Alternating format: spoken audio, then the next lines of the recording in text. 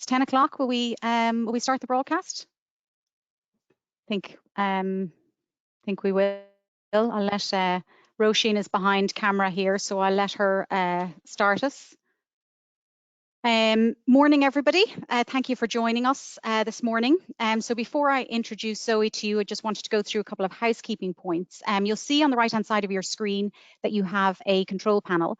There's a grey box for questions. You can undock that by clicking on the grey bar, which says questions, and then pulling it away from the panel. Then you can minimize the controls by clicking on the red button, or the red arrow, I should say, at the very top.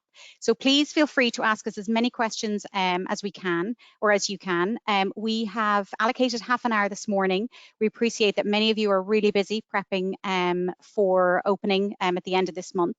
But if we have any extra questions, Zoe is happy to stay on, and we're happy to stay on a bit longer to do those. Also, we are recording the webinar, so it'll be available on our website for any of your colleagues who didn't get to join us this morning. Now, to introduce you to Zoe Wu. Zoe founded the Horwath HTL Shanghai office in 2007. She's currently in Taiwan. It's 5 o'clock there in the evening, so we appreciate your time, Zoe, as she hasn't quite made it back to Shanghai just yet. Zoe has a breadth of international experience, having worked in the US, Canada, and across Asia, particularly in China.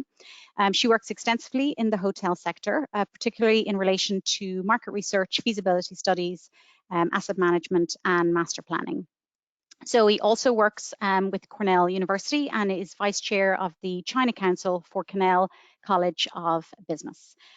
Most of you will know me. I'm Mairea Doyle Balfe. I work for Crowe in our Dublin office and work extensively in the hotel sector also. So this morning, what we thought we would go through is lessons learned, like what's working and what isn't. Hotels in China have now been open 8 to 10 weeks. So really have some good knowledge of what it's like to work in this type of environment and what is and isn't working. The new normal, what is the impact on demand, profitability, occupancy, and cost? So what are we seeing 2 months on? And what does the future look like? What are you starting to see that may be different pre-COVID, not just in the short term, but also any long-term impacts that we think may happen? So Zoe, I'll give you the floor. Thank you very much. Thank you, Mairea. Thank you for the introduction. Good morning, Ireland, Dublin. It's an honor to be here. So I'm speaking with you from Taiwan, actually, which is across the streets from Shanghai. So as Mairea mentioned earlier, it is we've been back in business for about 2.5 months, so roughly about 10 weeks now. The hotels were closed for roughly about 27.6 days if we average it. So it wasn't a long closure for most of the hotels. We opened back up for business in towards the end of March. And then there was a public holiday in April and a public holiday in May. And therefore there was huge pickups both in April and May. So what are some of the lessons learned?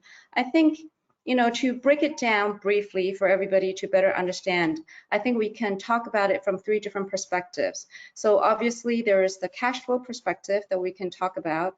There is also the operational perspective that we can touch upon. So from the cash flow perspective, I think we can break it down further into revenue and cost. So obviously when we start recovery, we start coming back into the market, we want to figure out where the demand is. So the first thing the Chinese hotels try to do is they try to understand the domestic market even better, because obviously there are no international flights, all the borders are closed, and therefore the only demand that will be available going into the rest of the year will be the domestic market. So first of all, stimulate the local demand is the #1 thing the hotels did. So they did that by offering different packages, incentive packages or holiday packages, and they were selling the packages way ahead of time. So 3 months out, 6 months out, and sometimes even 12 months out. But they're making the cancellation policies a lot more flexible to encourage people to buy in now and to pay for it ahead of time in order to secure that price.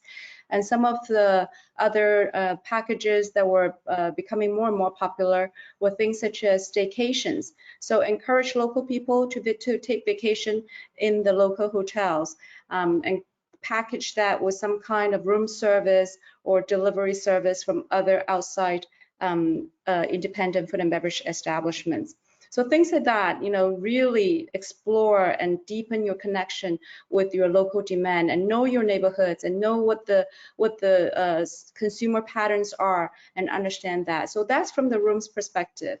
And from the food and beverage perspective, the different things that I'm sure a lot of the Irish hoteliers must have explored already too are deliveries, food and beverage deliveries or takeout services. And I think in the past, before pre-COVID, a lot of the food and beverage deliveries were selected restaurants only. But we found that even during COVID and after COVID, some of the top or high-end restaurants, hotel high-end restaurants were also beginning to provide delivery services. So they have created new menus that are suitable for delivery of certain food types. So, and they're catering to their VIPs on their contact list. So a lot of the restaurants are calling their VIP customers off the list in order to encourage spending. The other form of revenue generation that we've learned is a lot of hotels have created online shopping. So they've created their e-shops selling various things from the hotel, from pillows to blankets to mattresses, anything and everything that you can think of in the hotel that you're willing to share and you think that your consumers may be interested in purchasing. So online shopping is another new source of revenue that we've discovered.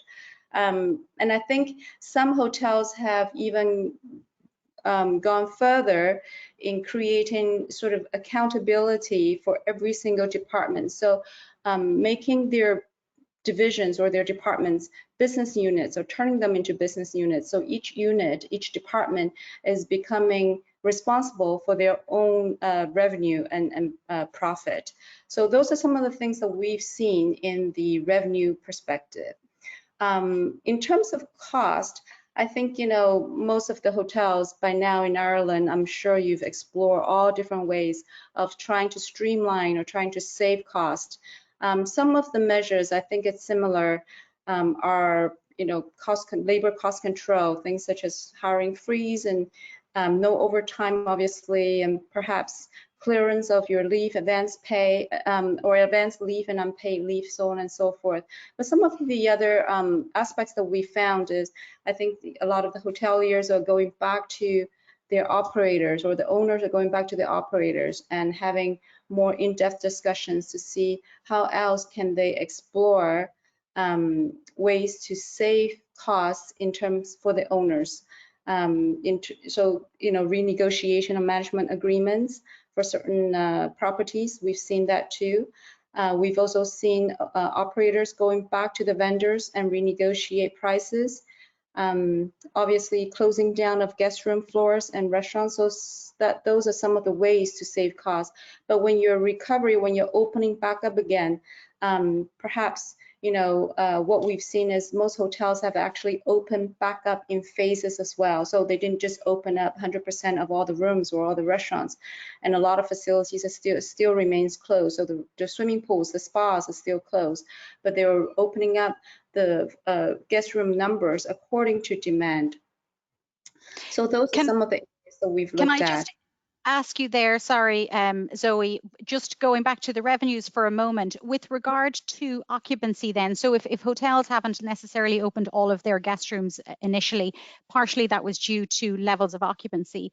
Over the last 10 weeks then, with regard to occupancy and rate, like have you seen that growing steadily? Obviously, we don't expect it to be back to 2019 levels, but what have you seen with that over the last 10 weeks? Okay, so in terms, which China obviously is a huge country. So what we have observed is that the first-tier cities, so basically Beijing, Shanghai, Guangzhou, and Shenzhen, the 4 first-tier cities in China, they have recovered roughly about 40 to 50% year-on-year comparison to 2019. And we feel that the first-tier cities were taking longer to recover initially was because the first-tier cities rely heavily on international demand, and because international demand aren't coming back in the short period of time. So the first-tier city hotels will have to change their strategy or change their business plan to cater to the domestic market, and therefore it was taking them some time to do that. We saw the fastest pickup in the leisure destinations actually, and I think part of the reason is because of the two public holidays, one in April, one in May, that helped to incentivize people to travel. The holidays that were granted and the extended holidays that were granted by the government, as well as some of the travel incentive plans that were implemented or executed by provincial governments, also help to stimulate leisure travel. So we're seeing pickup in the leisure travel destinations.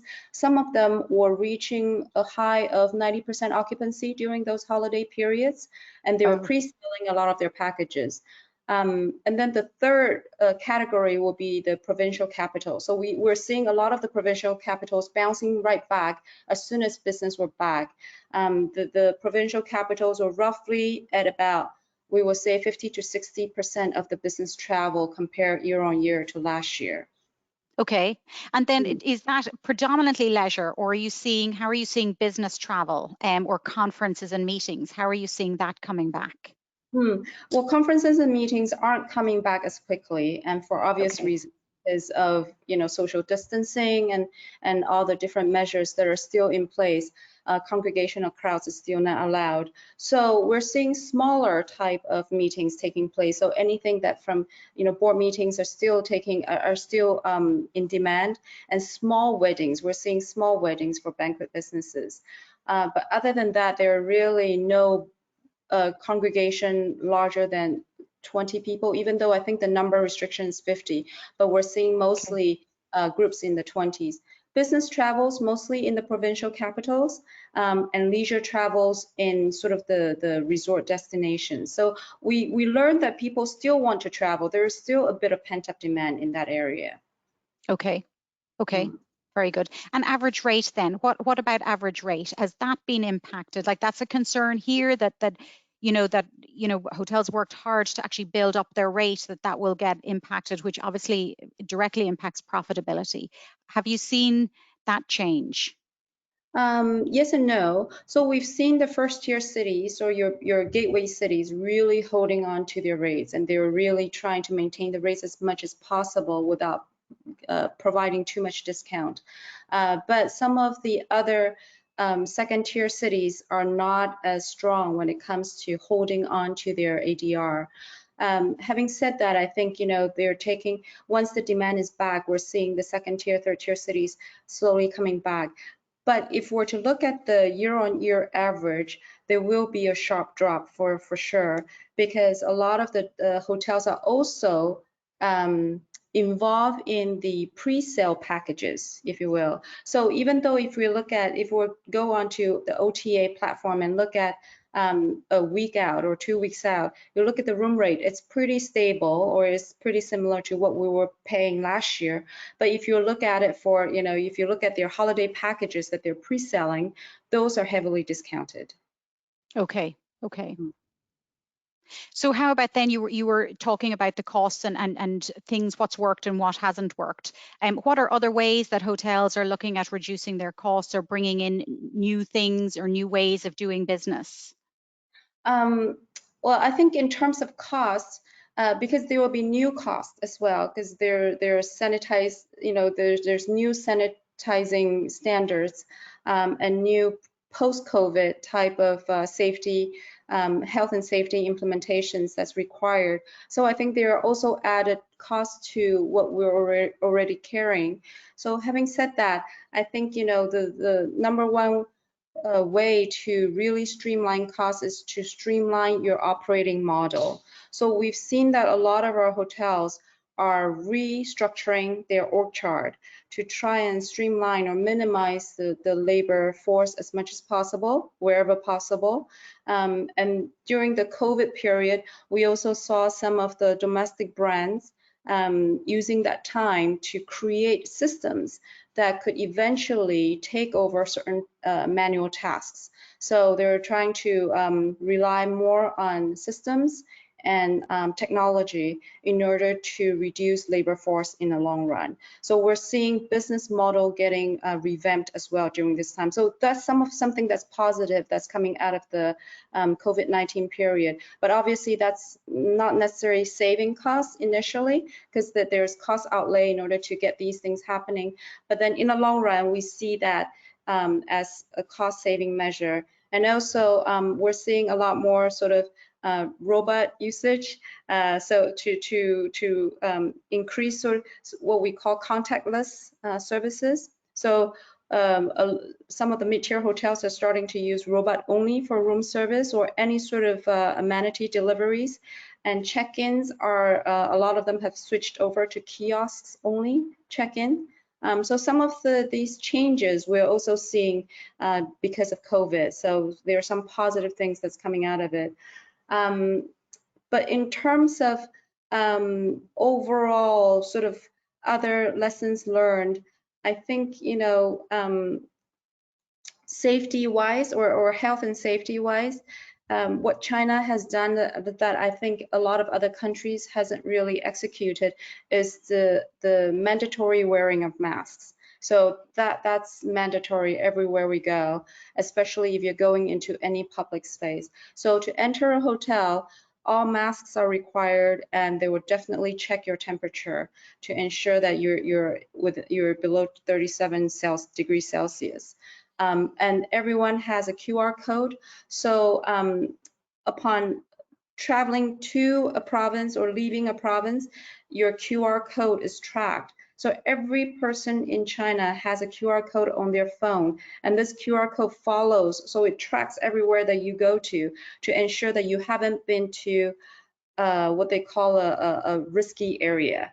So if you've been to a risky area, your QR code changes from green, which green means that you're healthy and you're clean or you're cleared. And if it changes from green to yellow, which is the next stage, and then red, that means you're banned from traveling. They probably send you to the facilities to be centrally quarantined. Wow. So yeah, so some of these measures, though they sound pretty harsh, and they are really mandatory and very strict, and they have been enforcing that since January. It's worked. It's really helped to control the numbers, and therefore, even though if the hotels, after the hotels open, they were still reinforcing those three things, those mandatory three things. So wearing of masks, checking temperature, and checking your QR code to make sure that you have a green QR code and you're clear to enter this particular public space. And of course, you know, in terms of hotels opening up, they have to meet certain government requirements. You're sanitizing, you're spraying down on a daily basis. I can't remember, but there are a certain number of hours. You have to spray down a certain number of times. So the frequency of spraying down with alcohol, things as such. So these are the things that have helped hotels to come back and be able to open to business. Okay, so I suppose then going back to revenues, let's say costs and ultimately profitability. So what are you seeing, or what is the estimated percentage drop, let's say, in revenue this year on year, or profitability year on year? Do you have any thought on that? There hasn't really been any statistics done on that, but my assumption is revenue drop perhaps 50%. Okay, wow. Across the board. That's obviously averaging in the better ones and the ones that are not doing as well. The luxury hotels are the ones that were suffering more, just because that demand were predominantly driven by a lot of international travelers, and some of the domestic travelers that were corporate, and they were mostly from the international top 500 companies. So because of the travel ban across most international companies, and therefore a lot of the domestic corporate travels were banned as well. And there is a huge drop in that particular segment. And therefore we see a bigger drop in the luxury hotels. The mid-tier hotels, for some reason, I think their revenue, and a lot of the mid-tier hotels were converted into quarantine hotels, and therefore their revenue were not as affected because they were still making revenue during the COVID period, because they were used as centralized quarantine facilities for the government. Okay.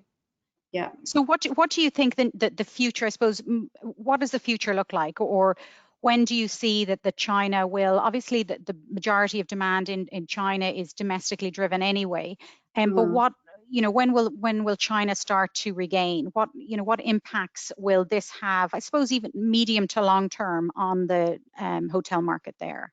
Mhm. Well, I think, the immediate impact is people are more cautious when they make travel plans.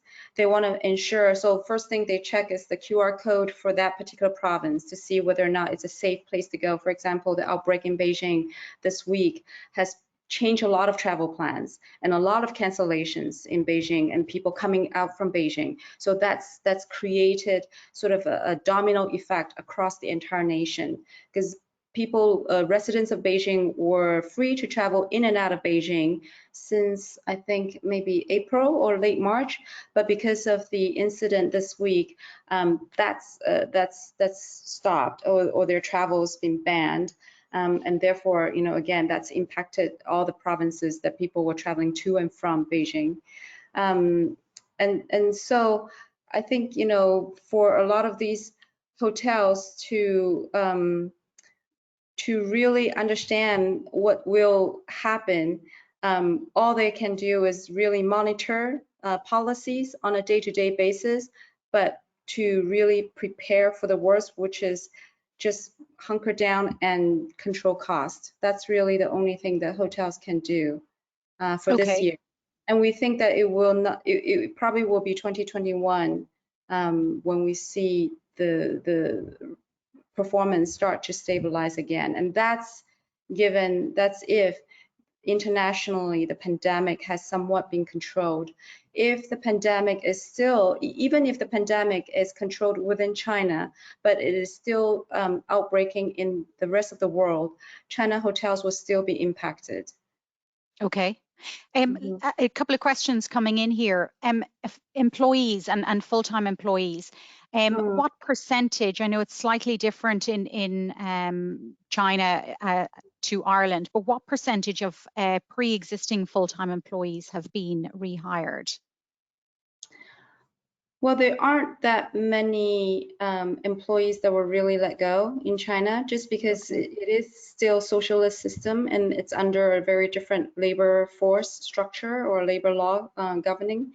So I would say, by now, maybe about 90% of them are still working. And also during the severe COVID period, a good 60 to 80% of them were still working.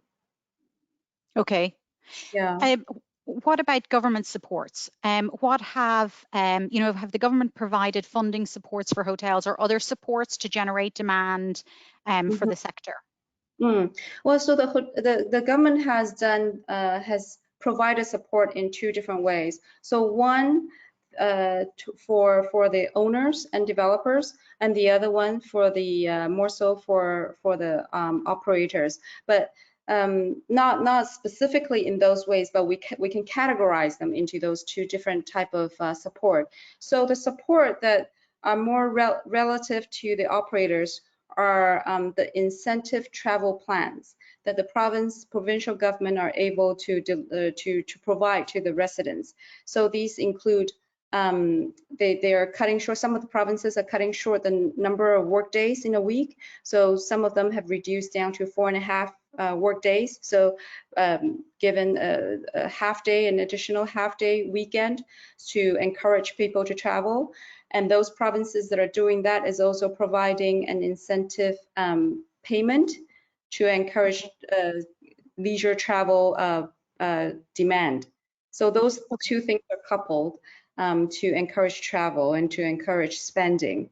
In terms of support that are geared towards the government, geared towards the developers and owners, are things such as tax breaks. So we've seen a lot of tax breaks. So all tax payments has been deferred until later this year, if not next year. So a lot of them are deferred at least for 6 months. And we're seeing a lot of financial restructuring. So interest rates has been renegotiated, financial packages has been provided, and we're seeing a lot of just basically a lot of financial aid to help owners or businesses to get through, survive this period of time. And how long do you think that will stay for? Will it be for 2020 only, or do you see that going into 2021? For now, I think for 2020. Okay. I think, in China, a lot of things are very fluid, and it's really what the central government decides, and they can implement it, announce it, implement it, and it gets executed overnight. Okay. So my understanding is there's no international travel, there's no travel in or out of the country at the moment. So when do you see China outbound travel trips recovering to 2019 levels? Oh, to 2019 levels, I think it will take some time, but I Okay. think China outbound will start as soon as the receiving host country opens up their travel ban, and that's one thing. The second thing would be dependent on the number of flights available. So those two conditions needs to be in place for China outbound to start happening. I think Chinese people are still very, very interested in traveling and seeing the world, first of all. Second of all, there are a lot of students, a lot of Chinese students studying abroad. So those two are the biggest demand, travel, outbound travelers and outbound students. So those two are the biggest demand. But what's restricting them are what's the visa policy and the travel policy on the receiving country, on the host country, and the number of flights available during that time. Yeah. Okay. A couple of other questions we have coming in. Is there any view as to what level of domestic corporate travel has returned as a percentage of 2019 levels? Presumably this is most evident in city areas. Yes. So we've seen as of the end, so this is mid-June. So as of the beginning of June, we've calculated it's roughly about 70 to 80% recovery for cities. Okay. That's good. I know we discussed this previously, and I suppose it's an interesting one as well. If airports have really reduced, what are airport hotels like? How are they being impacted, or how are they stimulating demand, particularly as flights have been significantly reduced? Well, the international flights are definitely significantly reduced. Actually, there are very, very limited international flights coming in and out of China now, but the domestic flights are pretty much back on schedule. So we're seeing a lot of flights going back and forth, especially between the first tier cities and some of the provincial capitals. They're pretty much back. Before the Beijing incident this week, obviously. So up until the Beijing incident this week, we're seeing fully packed flights on all the routes between Beijing and Shanghai, for example. And there must be 5 or 6 flights a day, and they're fully packed on all the flights. So the airport hotels, a lot of the airport hotels now are still assigned as quarantine hotels. So basically, they're removed from market. So quarantine hotels, they can't take normal customers or guests anymore. They can only take quarantine guests. So the airport hotels are not as affected, actually. Okay, that's interesting. And 2 other questions here on operations. Are most hotels gone cashless, and are hotels fogging their rooms, and what's the opinion of that process? Sorry, second question, are they? Are hotels fogging? So there's I suppose a health and safety type of equipment where they're fogging the rooms. Are hotels doing that, and what's the opinion of that?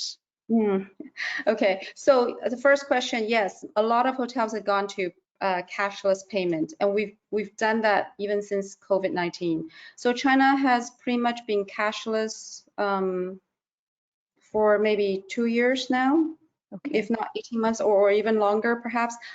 I mean, personally, I never have cash on me. It's all through your phone payments only, and for a lot of the hotels initially, right at the beginning of the recovery period, they ask for payment up front. So even if you're booked for 2 or 3 days, you pay for the entire 2 or 3 night stay ahead of time, and then they'll give you your receipt at the end. So the official receipt which you need for reimbursement at the end. So yes, to that. fogging the rooms. I'm picturing that as spraying down the rooms. Yes. We saw that initially in some of the office buildings. So the office buildings and also entrance to residential compounds, we're seeing people do that. But it's not that popular anymore. So most of the hotels, they don't do that. I think it's also perhaps it's visually sort of could be scary. So I think a lot of the hotels, they're trying to implement certain cleaning schedule or more regimented cleaning schedule, and they do post that up. So they show the guests how many times they're cleaning and how many times these surfaces or these areas being wiped down with sanitizers or alcohol, 75% alcohol. So they're really using 75% alcohol for all rub downs and for all cleaning, Okay. all surface tops. Yeah. Some more questions coming in, if that's all right, Zoe. How are the OTAs responding to the crisis? OTAs are working very closely with operators, and I think what we've seen is that the OTAs, they are helping the management, the hotels, to create packages to sell on the OTA platform. So they're jointly creating holiday packages or discount packages and pre-sale packages in order to stimulate sales for the hotels. So we see Okay. an OTAs taking a very active role during this time. Okay. Are quarantine hotels concerned with reputational damage from being a quarantine hotel when they then ultimately will return to the tourist market?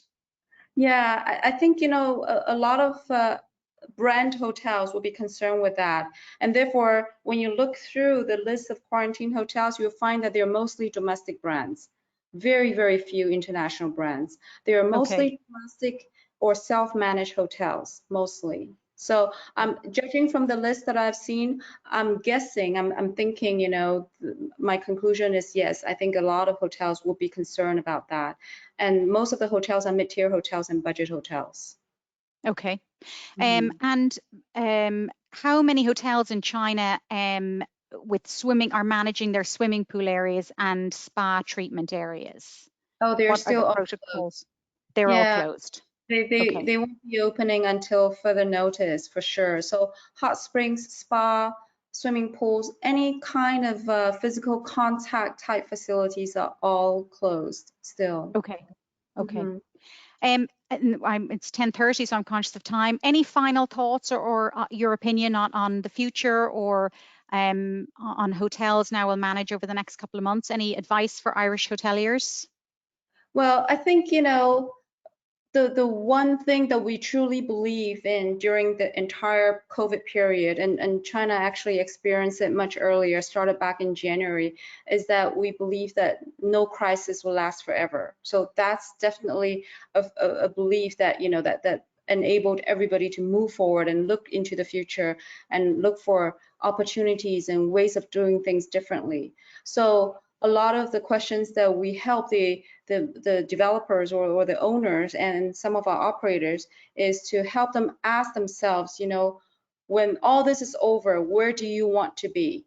So it's not really just planning for the COVID time or the recovery period, but it's after the recovery and when you're stabilizing again, what are some of the new business models or new ways of doing things that you want to make sure that you implement and execute now? So the streamlining of your cost structure, the changes in your operation business model. So these are the things that you really, I think, these are the things that we really want to stay focused and be prepared so that, even when the COVID period is over, we are in a more, we stay resilient and we stay lean. I think those are some of the messages that, key messages that we really learned during this time. So I think with those questions in mind, some of our hoteliers have come up with streamlining their entire operating system based on revising their systems or relying more on technologies and things so on and so forth. So I think being creative is definitely a way to combat what we're facing right now. Excellent. Very good. Well, look, Zoe, really appreciate your time this morning. You gave us some great insight. And I know we'll be chatting again over the next few months. So thank you, everybody. That concludes the webinar this morning. And thank you so much, Zoe, for your time. And yeah, have a good day, everyone. Thank you. Thank you for having me.